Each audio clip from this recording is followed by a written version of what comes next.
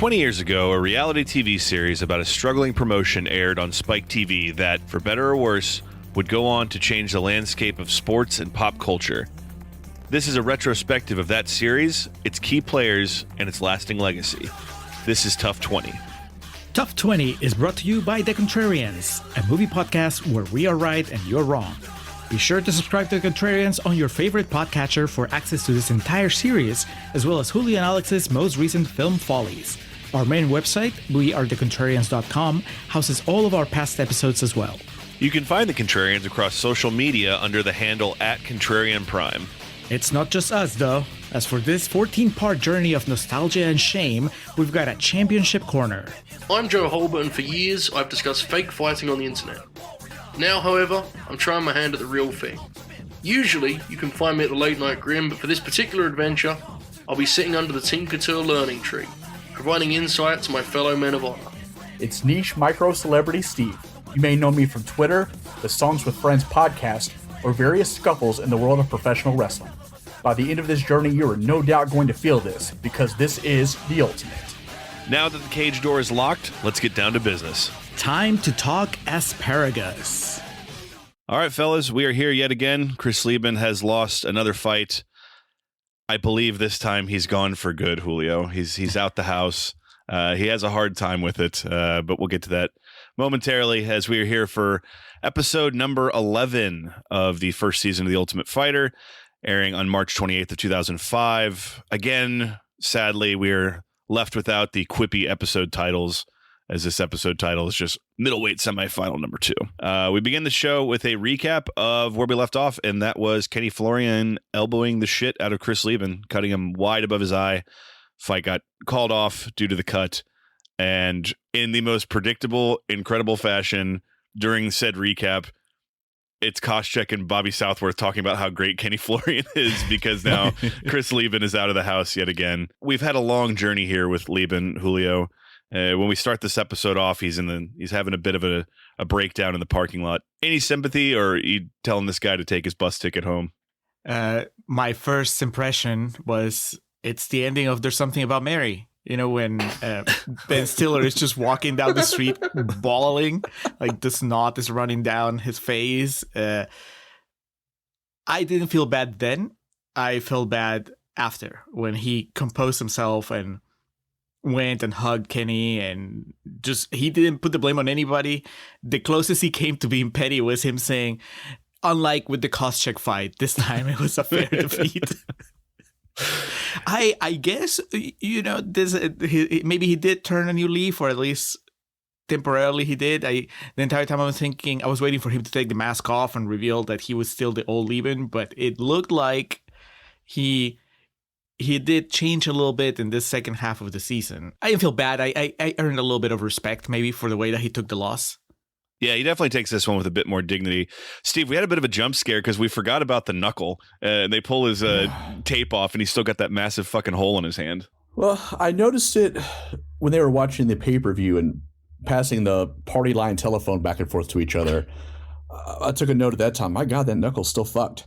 And this time, when, like, don't we see it for the first time when he's outside in the office park again? Yeah. Getting treated in front of the guys who work at the Amazon warehouse.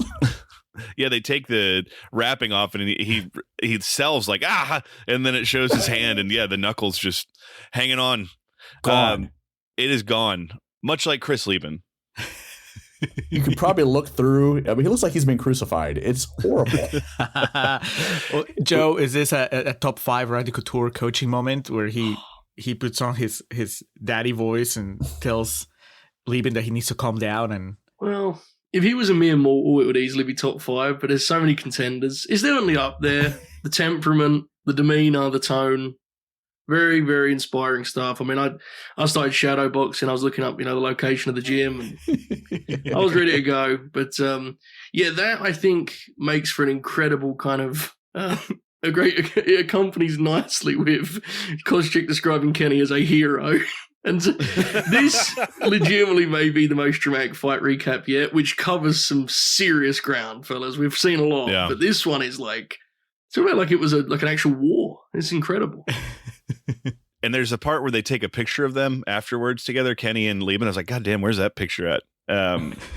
But yeah, this is, I started this before we go into our usual stuff because this episode is basically broken into 2 parts. There's this, and then the focus of the show is our semifinal fight that we're going to get to here in a little bit. As I mentioned, this aired on March 28th of 2005, leading into, said recap of Chris Leben getting his face split open. When was WrestleMania? That would probably be useful to know. April 2, I think. Wow. Yeah. When's the last time? The last time it was in March was, 31? And God, next year it's Julio. It's Easter weekend. They're hedging their bets here that, not only is Jesus going to return, but Dwayne Johnson as well. Dressed as the Easter Bunny. I'll take it. Yeah, April 3rd. All right. We remain on the road to WrestleMania. Monday Night Raw at the Fort Worth Convention Center in Fort Worth, Texas. Saw Chris Benoit, Chris Jericho, Shelton Benjamin. The 6-man tag defeat Christian, Edge, and Tyson Tomko. We've done this for several weeks now. I have no recollection of Edge and Christian teaming up at this time period, so this is kind of mind-blowing.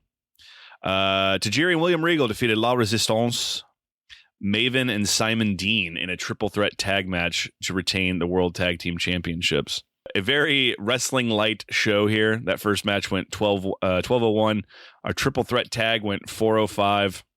And in the main event, Muhammad Hassan and Shawn Michaels ended in a no contest in 12:15. Joe, the lack of wrestling on this show, does it surprise you that at this point in time there was a groundswell of support for more wrestling heavy products? I was going to say, it's baffling that people wanted an alternative, right? It's very strange. If I was watching that every Monday night, I'd have been turning it. In fact, I wouldn't have been turning it off. I'd have been going back to a rerun straight away, running it back to the start and enjoying it all over again. From the top. Yep. So no contest means that there's no winner? Like they both pass out? Hilariously common in professional wrestling. Yes. It often will even be, if it's listed as a no contest, that often means it isn't even like announced who won. Like people will run in the ring, it'll be chaos, and the match will just end sort of abruptly. Very common in wrestling. I'm so curious as to how they got there with Muhammad Hassan and Shawn Michaels relative to what they were doing at the time. Shawn was feuding with Kurt, and Muhammad Hassan was feuding with all of America. So the possibilities are endless. He's a terrorist, or he's not a terrorist, pal. Steve, we're still mourning the loss of our King Mario. Has he managed to hold on to at least a top 5 spot? We know it's 50 Cent's world at this point, but who else is filling in the spots? I'm afraid that Mario has dropped to number 6. My God. He's Chris Leben. So wide open field. But we have a new contender coming into the number 5 spot. Gentlemen, let me introduce you to Kelly Clarkson. All right. With the smash hit Since You Been Gone. Dude, that song's a banger. Not going to lie. Absolutely. Business just picked up, boys. Number 4 is Frankie J featuring Baby Bash with Obsession. Number 3 is the new reigning king 50 Cent with Disco Inferno. Number 2, Green Day, always a bridesmaid with Boulevard of Broken Dreams. And number 1 is Candy Shop. Once again, 50 Cent featuring Olivia. All right, Kelly Clarkson on the board. We're making big changes in this country, my friends. What was kicking at the box office, Julio? Through this, I've learned of a lot of movies I never heard of before, so I'm curious what you have for me now. Well, you've heard of this one, Alex. It didn't make the top 5, but it opened in the U.S., I guess. Only like it's a U.S. release. Old Boy, not the Spike Lee Superior remake, but the okay. Well, hold on. That word Superior in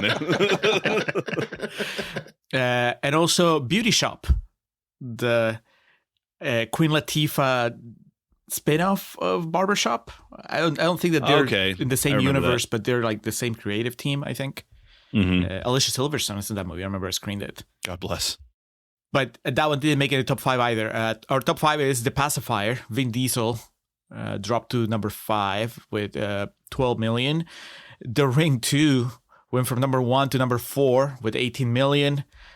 Miss Congeniality 2 somehow made it into the top 5. Like last week, it opened limited, or maybe word of mouth was just amazing, and it just like jumped to the middle of the top 5. But number 3 with 19.9 million, so its total is 22.9 million. Robots stayed number 2, 20 million. $94.5 million total. And number one, debuting that week. Alex, we talked about this movie recently. Guess who? I guess we mentioned it. That's Bernie Mac. Bernie Mac, Ashton Kutcher. Ashton Kutcher, $28 million. It's I guess the new millennium take on Guess Who's Coming to Dinner. Just dropped it to dinner. It's cleaner. I remember the poster as like Bernie Mac, like looking over the Ashton Kutcher.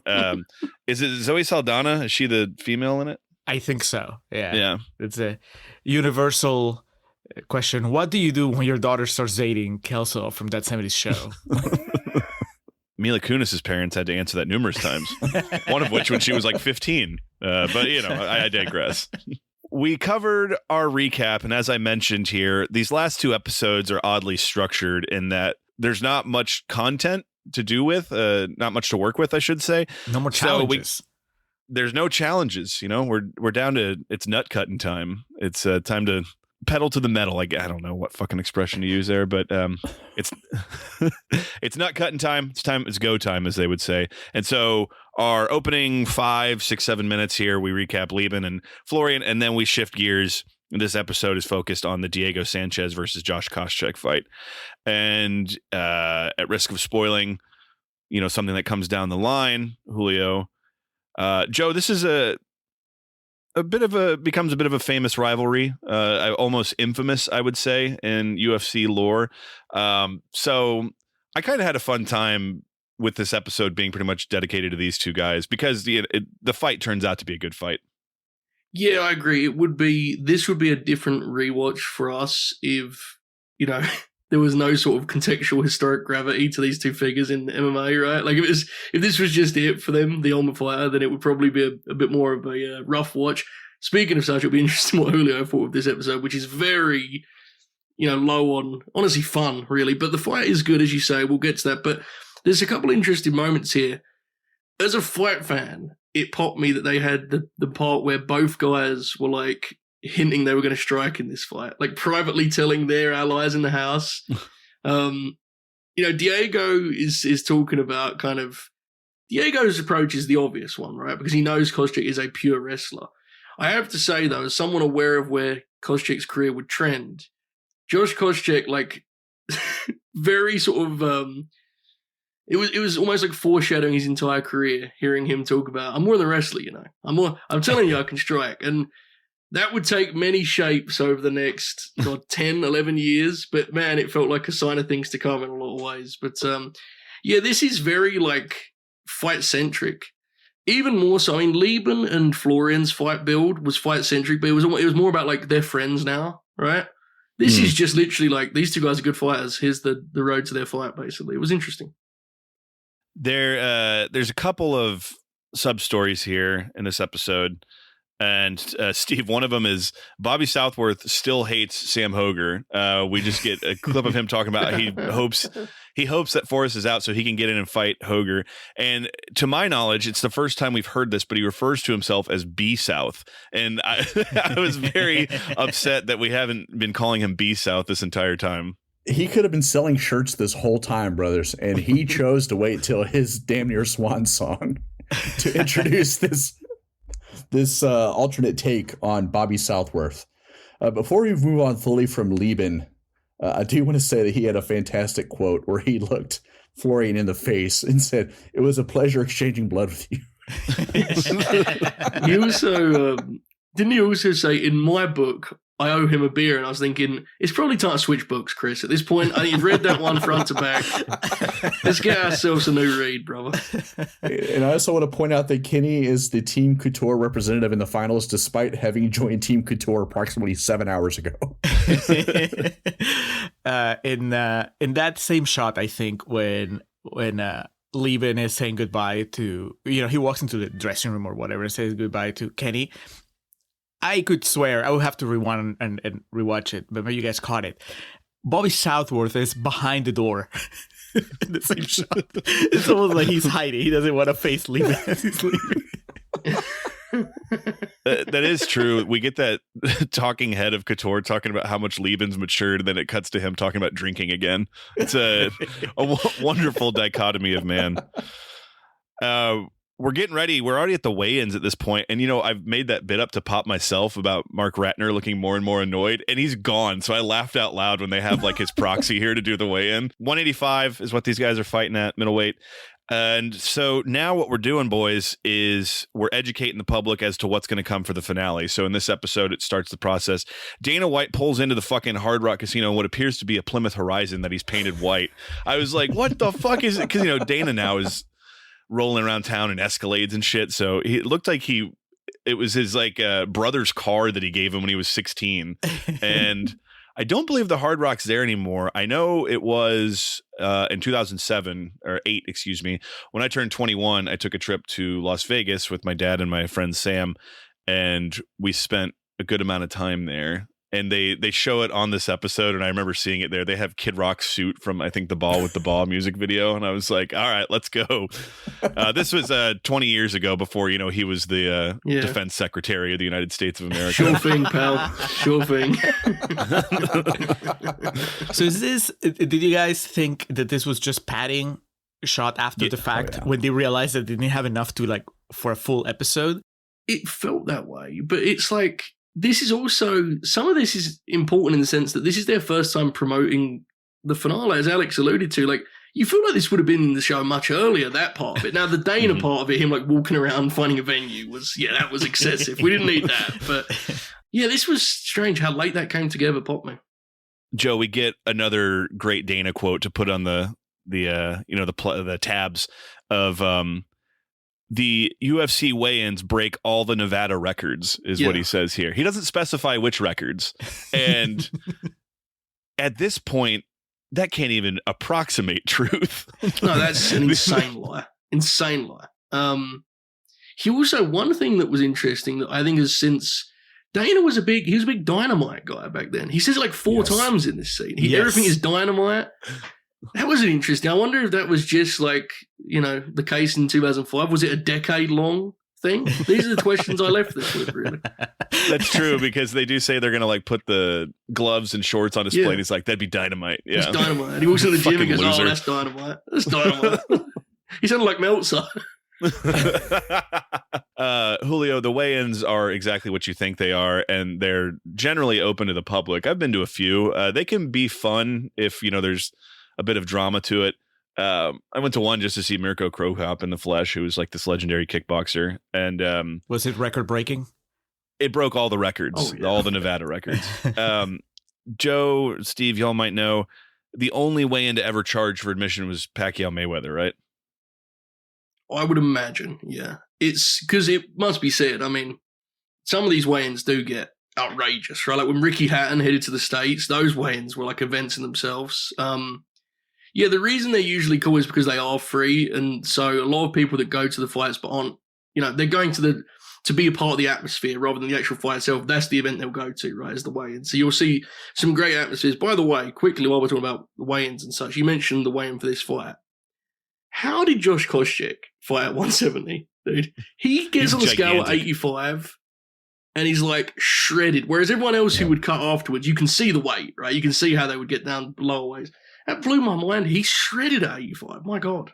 There's during the fight, there's some shots of his back is just so wide and chiseled. It's it's impressive.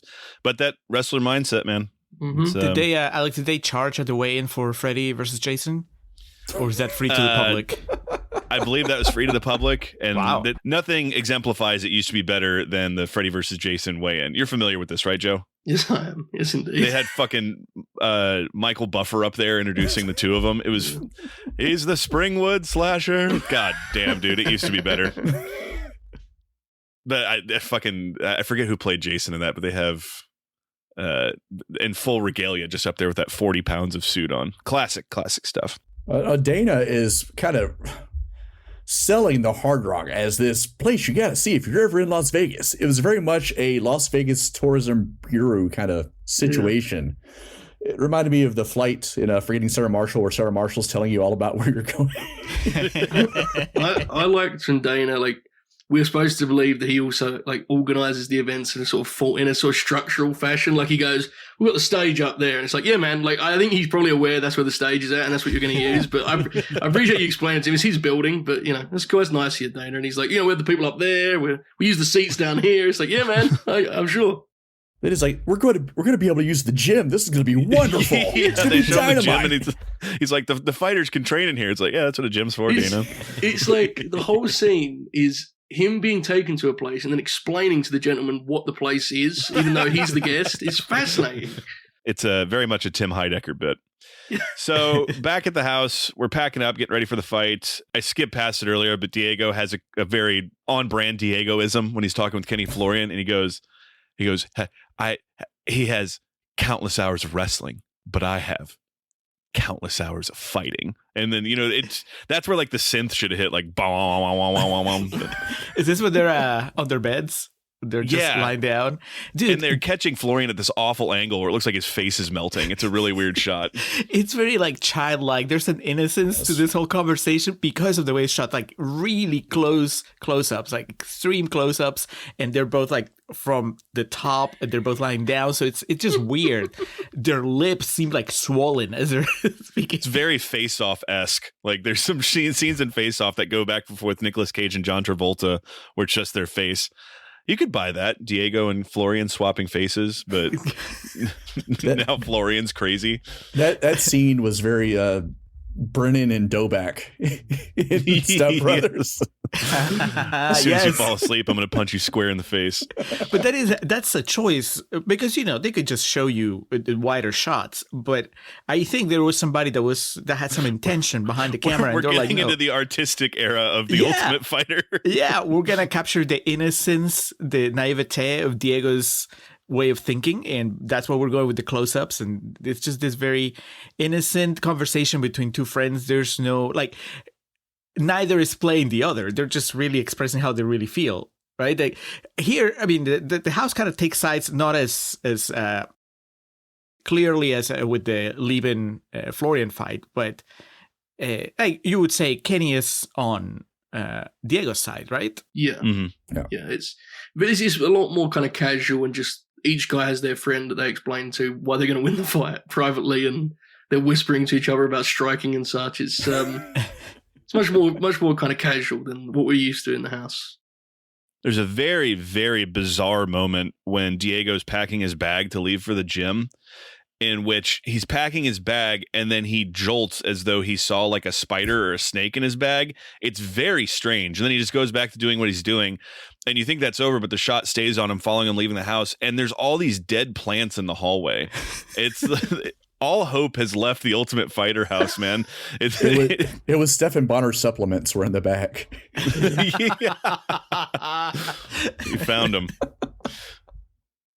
We learn that, and I believe his first appearance in this episode, we finally see Chuck Liddell stumble into frame, and he informs us that he'll be abstaining from coaching in this fight, but he goes and gives both fighters his best, and it appears him and Koscheck already have like a secret handshake that they do. Who's on everybody's corners? I don't think I have it here. Mark Lehman and I think Forrest Griffin are in Diego's corner, and then Bobby and some. Oh, that's right, Bobby.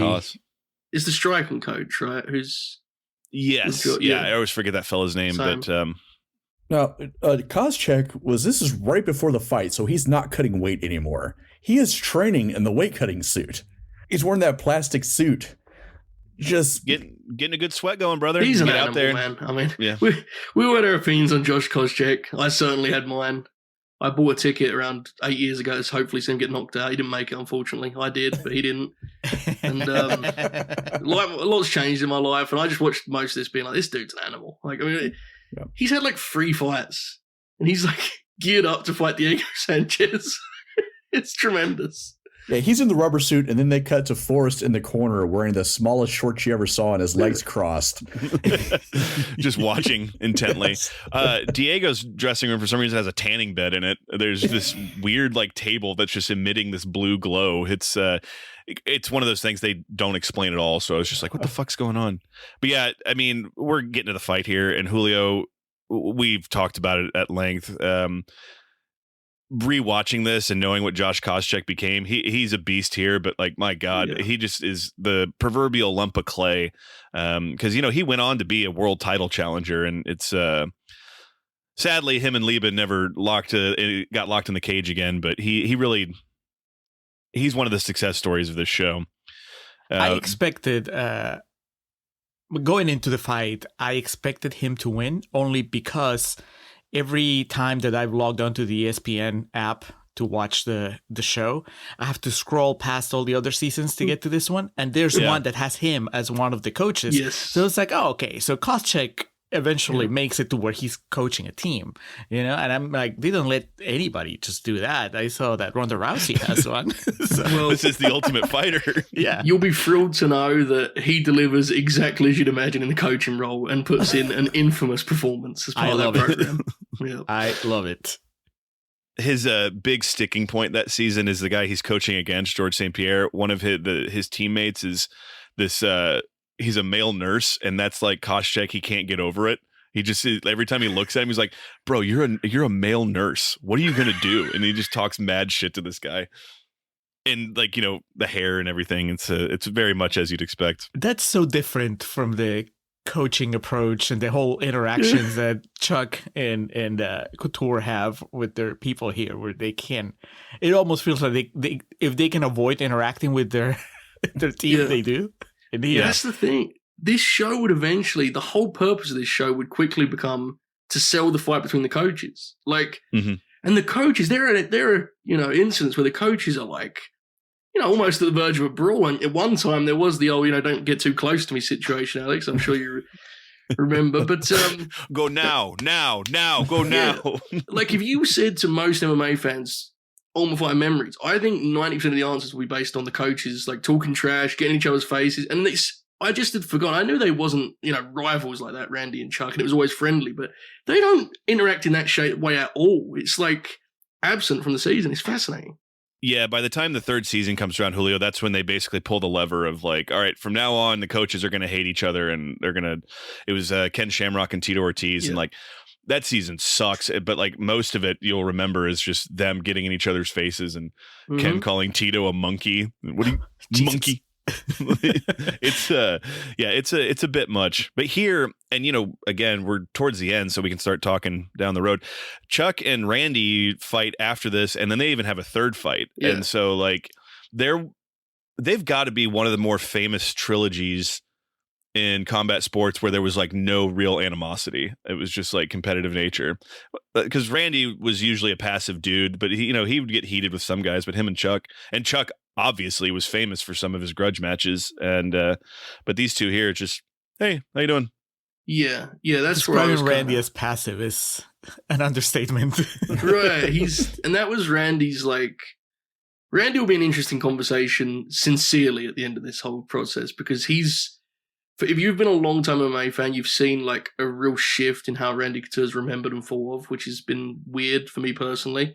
But like at the time, he was like the one fighter that no one really disagreed on, right? Like, it's like, you have to like Randy, dude. He isn't mean to anyone. He just likes getting there and scrapping, and he's an old fella. I mean, bless him. But it makes for a I wonder if, I think there's a story that like they wanted it to be Tito and Chuck on this first season, and that makes a lot of sense because they don't really sell this fight here, to be honest with you, which, I mean, whatever. It worked out, I guess, in the end. Speaking of absent, Alex, did you guys miss Sam?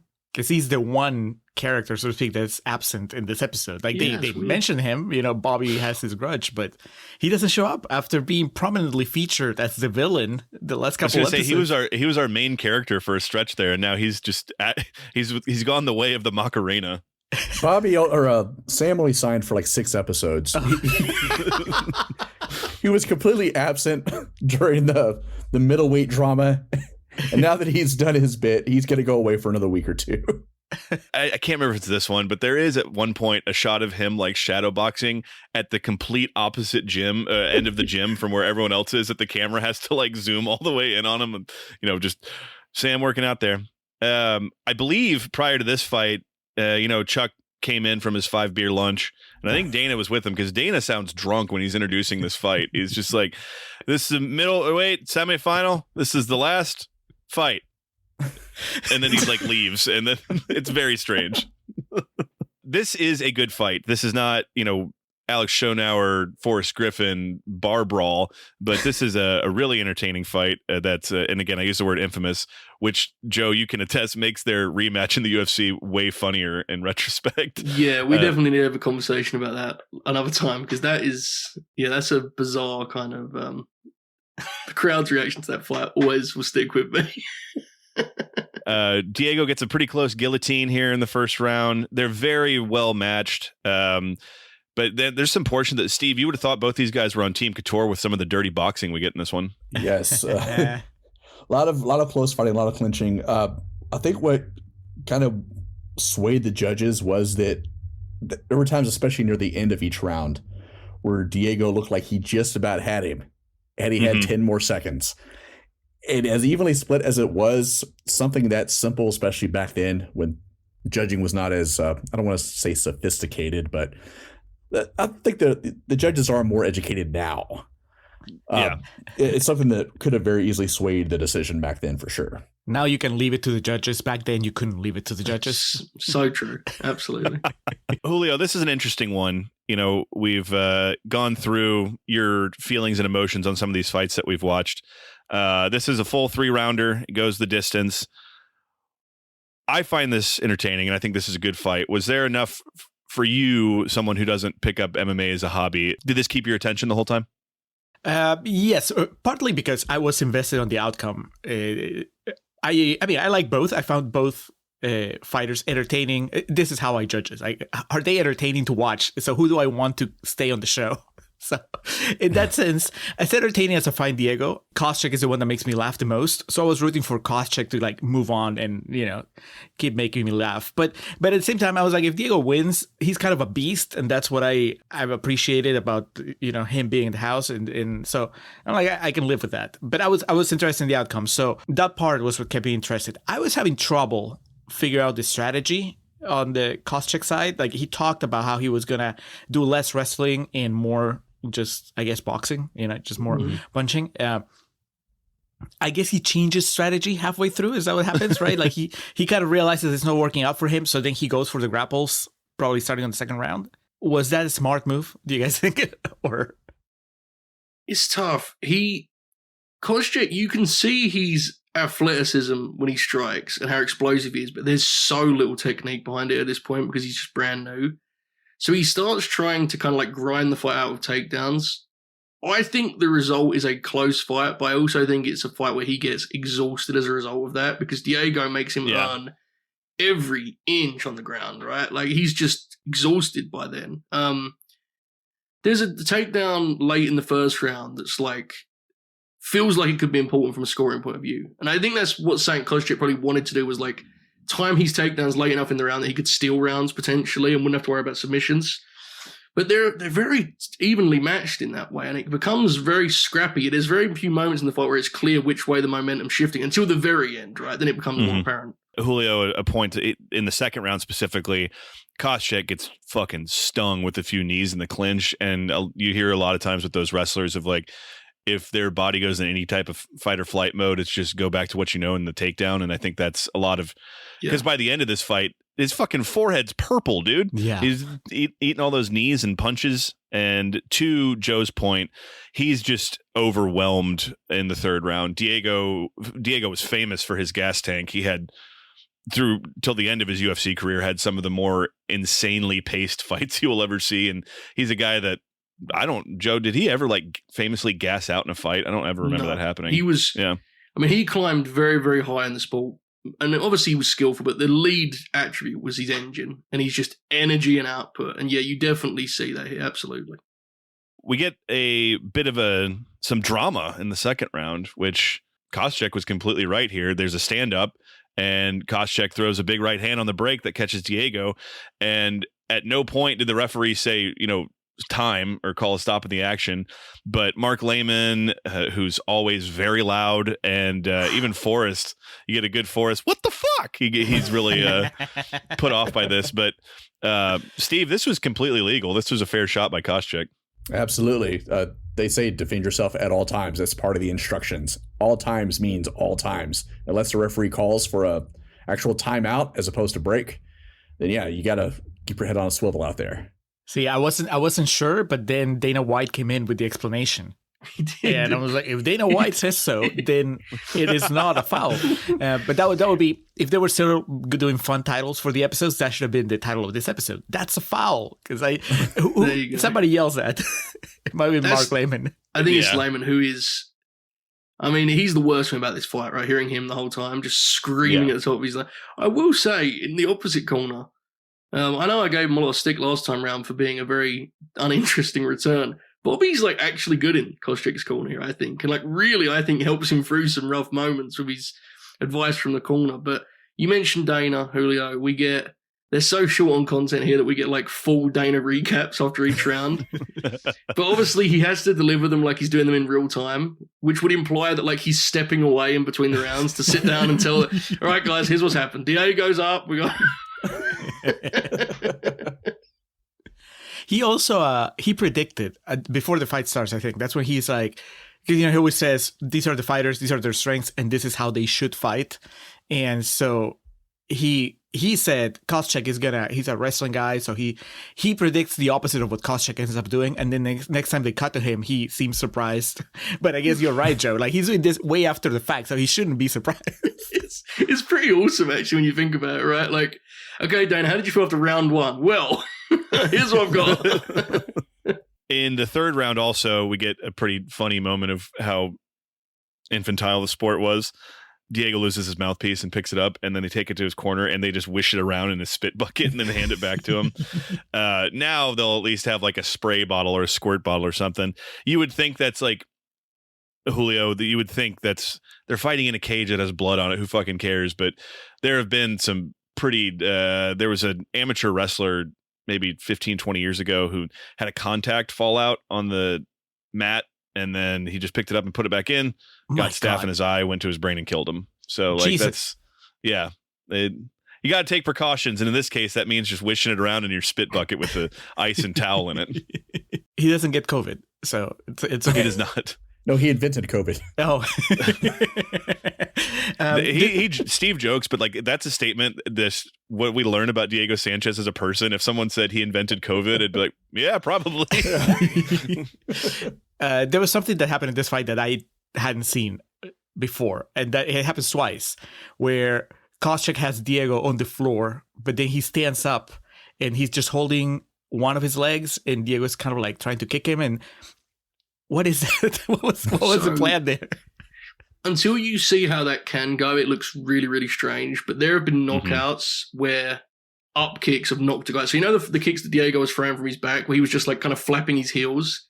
Yeah. Because of the pace he's throwing them, if Koscheck lunges in and gets hit on the chin by one of those, like very good fighters have been knocked unconscious with those before. Like it's a real thing. So that's why when a guy on top is in that position, Koscheck kind of has no choice but to step back, right? Because otherwise he's kind of just got to duck his head in and hear kicks to the jaw. So it looks hilarious, yes. I definitely concede that. But it is a dangerous position. And from Koscheck's position, you know, when you're up on your feet like that, the idea being maybe like a jumping or lunging in punch. Yes. Famously, like Shogun Hua knocked out Alistair Overeem that exact same way. It's all about explosiveness. But as we move into the third round, the end of the third round, Koscheck is a spent force. And Diego does the classic. This works to this day. It worked. This is how Sugar Ray beat Marvin Hagler. You know, the last 10 seconds of the round, it just make you look like a fucking marauder, and that's what's going to stick with the judges. And that's Diego just is throwing fucking bombs to the body of Koscheck until the fight's over. Koscheck is broken physically and mentally at the end of this, so I can't help but laugh when B South walks up to him and goes, "Let him know, Josh, let him know." And he tells him to stand up and put his hands in the air to celebrate. Yeah, we learned in the next episode that Koscheck was almost dead at this moment. And Bobby's just like, "Come on, man, you got to look like a winner." He puts his arms up for like maybe 3 seconds, and he's just like, "I'm so tired." Yeah. It's one of my favorite like fight cliches. And some guys, they take it so seriously. Even fights they've clearly lost, the arms will go up in the air in celebration at the end of the fight. Like it's because the idea is with the judges filling out his, that round, And he looks up and Diego Sanchez is like jogging around in triumph and Koscheck's on his knees. Like, some of these judges are real dumb, man. That can be enough to sway it. But yeah, Koscheck is in no state to be throwing his arms up high in celebration. Speaking of unflattering shots earlier, there is the one shot of Chuck during the fight. The Chuck cam, yes. Yes. He looks not just kind of confused, but the way that they caught him midway doing something because his hand is like up front but kind of like dangling. It is like, what's happening? But I guess it goes to the way he watches the fights, right? He kind of like gets into it, like he's part of it. I popped really hard for that. Yeah, you're right. That's it. It's his reaction, which this is still prevalent to today. I sent Joe a clip of from last weekend's heavyweight title fight with John Jones and Stipe Miocic. Like, modern Chuck was in the crowd, and there's a clip of him doing like the fucking convulsions and shit in his chair. Chuck is Rocky V in the basement watching Tommy Gunn's title fight. Yes. And he starts going at the heavy bag as he's coaching Tommy from afar. That is Chuck. Like, his body just starts fighting anytime he hears a bell and is in the proximity of a cage. As the judges tally their scores, I had this personally 29-28, 2-1. I had this scored for Diego. I had completely forgotten that it's a split decision, and more so, I had forgotten that one of the judges gave it 30-27 to Koscheck, meaning they gave him all 3 rounds, and that just goes to what we're saying. 1, never leave it to the judges. Never leave it in the hands of the judges. And 2, like, there's still some very bad judging in MMA, but this is still in the point in time where these people did not know what the fuck they were watching. So you guys agree with the decision? That Diego won, yes. I wasn't totally sure, and then Randy Couture co-signed it, and I thought I felt comfortable. No, I think Diego, to me, he dictates the fight. He does more damage in the fight. It's one of those fights where if you scored it the way that Pride used to score fights, of just like, who won the fight? I think Diego wins it quite clearly. The round by round is makes it more interesting because Koscheck does get takedowns. And it is a close fight, I think, in that system. But Diego closes really strong, right? Like, I think the third round is the most clear round. Well, I guess one judge disagreed, but the third round to Diego, I'd say, was the most clear. And it feels like he gets one of those first 2, probably the first. So, good fight, though. Very, very, very competitive. A third judge was Mary Koscheck, Josh's mother. I guess more importantly, did this go the way that you guys wanted it to go? I know it's been a while since you watched it for the first time, but did you have a preference? I remember watching this in real time. Like, we talked about this after the Rafferty and the Kara Alexis fights of this show does and obviously he had to win the fights, but the show does a good job of presenting Diego as like this unstoppable force, like this fucking just monster. And I remember watching this in real time. This was probably the most intriguing fight because I was like, oh, Koscheck, he beat Leben. So again, young brain. I was like, that means he's good, but Diego's good too. And so I think I remember thinking like, Diego was going to win, but I wasn't sure how. And I do specifically remember after this, because then they're like, and now the finals are set. Diego Sanchez and Kenny Florian was like, oh man, he's going to kill Kenny Florian. That was my mindset going into the finale. My thoughts are pretty much the same as Alex. After Diego just committed murder in his last fight, I just knew like that was going to be the guy for the rest of this series, that he was going to get that contract. It's interesting in the sense that it kind of is. It's funny that on this show it feels novel to see 2 fighters fight that have both won a fight in the house, because like eventually that would become the entire show. Like, once you get through the first round, right? Every fight has that. Here it's like, wait, 2 guys that have won? What is this? Dana White provides a voiceover of, putting over Koscheck and how talented he is. And he says, Josh Koscheck will be back if he wants to keep fighting. And prophetic words were said there. I can't remember if it's here or in the next episode, but I will just go ahead, and they already have some of the talking heads between Kenny and Diego for the finale. And Diego is just like so caffeinated and talking about when we get there and they close the cage door, then he's going to look in my eyes and see the nightmare. It's like an Ultimate Warrior promo that he's doing here. But this is after they show him thanking Jesus for the victory. Of course. Oh my God, I forgot about that. He is like yelling into the camera, I want to thank Jesus for giving me this warrior, Josh Koscheck, to fight.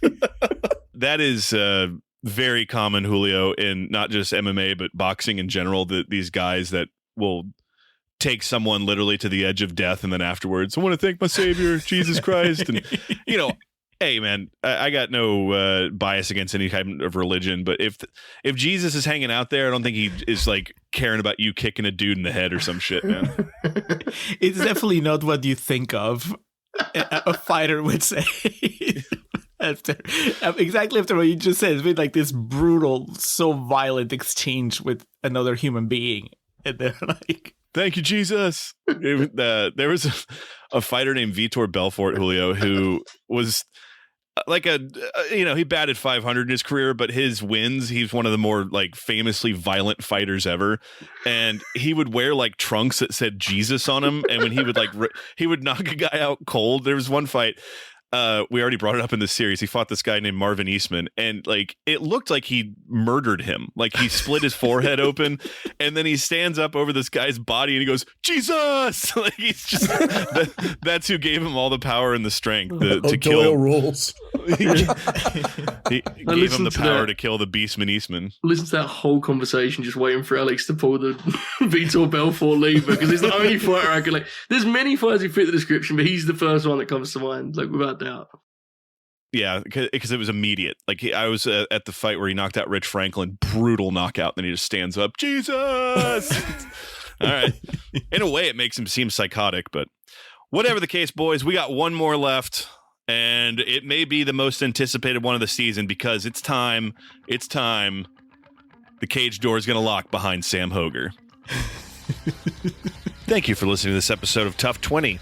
A reminder to subscribe to the podcast, visit wearethecontrarians.com, and follow the Contrarians across social media at Contrarian Prime. You can also follow Alex individually at Contrarian Alex, and you can check out our other special projects on our Patreon channel at patreon.com/Contrarian Prime. If you want to listen to Alex teach me about The Rock and John Cena, that's where you need to go. You can catch me weekly on the Late Night Grin, live and free on YouTube every Friday night. In addition, Alex and I collaborate monthly on Grin Grappler, discussing some of pro wrestling's biggest and baddest. If those grins are for you, check out LNG Gold, our YouTube membership plan that includes over 50 hours of exclusive content each month. You can follow me on Twitter and on Blue Sky at Not Dr. Death. That's NOTDRDEATH. Or you can block me now and save us both a lot of embarrassment.